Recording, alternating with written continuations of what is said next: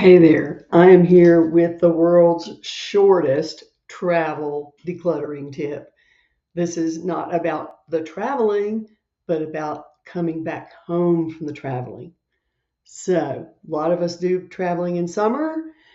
Going on a vacation can provide you with an opportunity to see your home or your workplace with new eyes and can provide clarity on possible positive changes. Now, I don't know how you leave your home when you go on vacation.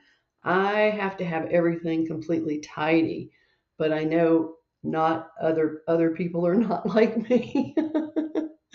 So, whether you come home to a tidy home or a little bit disheveled home, look at it, just pause and look for positive changes that you can make in your home.